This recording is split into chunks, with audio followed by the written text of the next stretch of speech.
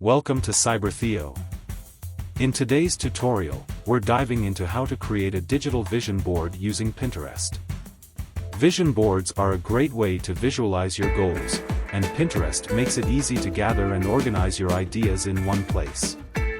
Let's get started. Sign into Pinterest, open Pinterest and log into your account. If you don't have one, you can easily create it. Create a new board. Click on your profile and select Create Board.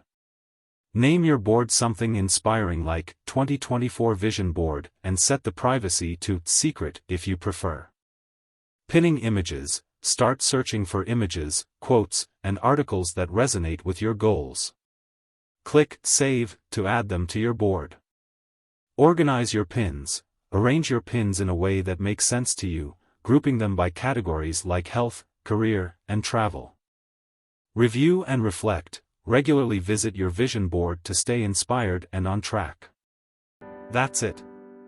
You've created your very own digital vision board using Pinterest. Keep adding to it as you find new inspirations. Check my links below.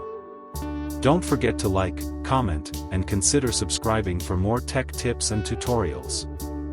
Thanks for watching CyberTheo.